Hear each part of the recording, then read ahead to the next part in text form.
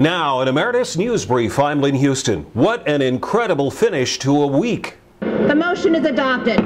Without objection, the motion to reconsider is laid upon the table. The U.S. House eventually passed the Emergency Economic Stabilization Act of 2008. It immediately then went to the president for his signature.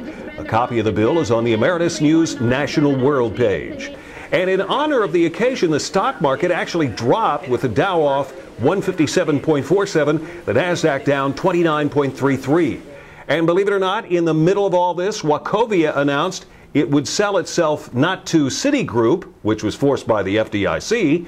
Wachovia says it's getting nearly $13 billion more to sell itself to Wells Fargo. Citigroup says Wachovia is breaching their deal and accuses Wells Fargo of being an accomplice.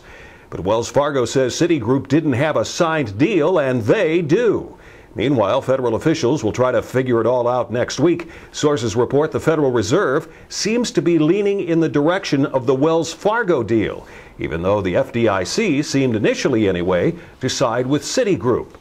September brought another 159,000 workers to the unemployment rolls because more adult females actually found employment last month. That kept the nationwide rate the same as August, 6.1%. As the news passed through Congress, the House passed the 7-week unemployment extension that now brings the extension to a total of 20 weeks.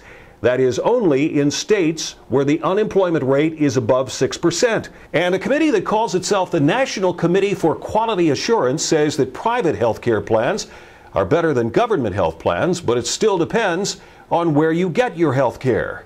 The committee claims that commercial health plans showed improvements on 44 of 54 measures of health care quality. Medicare beneficiaries posted gains only on 24 of 45 measures of care, and many of those improvements were quite small. And there was little improvement in the quality of care provided to Medicaid beneficiaries. Among the 52 measures collected from the Medicaid plans, only 26 showed any increase at all. Most were very small.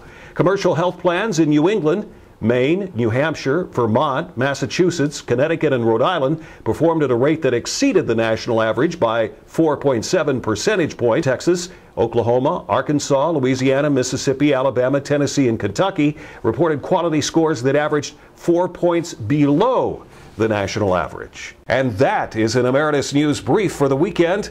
I'm Lynn Huston.